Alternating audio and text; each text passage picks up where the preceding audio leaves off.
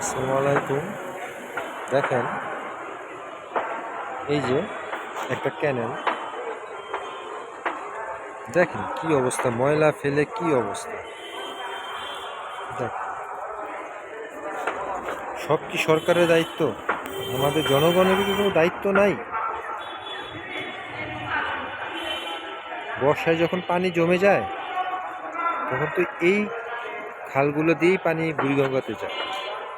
এই বাজার, যারা ফুটপাতে বাজার বসাইছে তারা পুরো রাস্তাটা দখল করছে এবং এই খালগুলা ভরাট করে ফেলছে পলিথিন, ময়লা, আবর্জনা ফেলে। দেখেন কয়েকদিন পর পর এসে সিটি কর্পোরেশন এগুলো পরিষ্কার করে দিয়ে যায়, কিন্তু আবার সেই আগের অবস্থা।